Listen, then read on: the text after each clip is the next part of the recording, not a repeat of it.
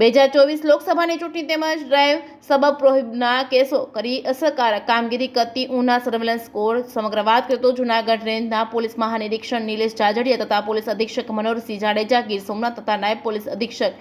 MF Chaudhary તથા ઉના વિભાગનાઓના આગામી લોકસભા ચૂંટણી 2024ના અનુસંધાને જિલ્લામાં કાયદો અને વ્યવસ્થાની જાળવણીના ભાગરૂપે પ્રોહી જુગાર અંગેની પ્રવૃત્તિ નેસ્તનાબૂદ કરવા સખત સૂચના આપેલ હોય, જે અંગે ઉનાના PI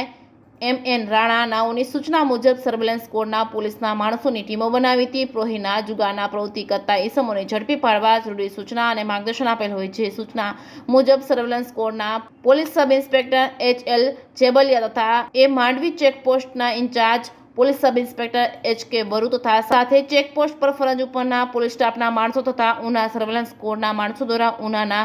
અહેમદપુર માંડવી ચેકપોસ્ટ ખાતે વાહન ચેકિંગની કામગીરી દરમિયાન દીવ તરફથી આવતા વાહનોને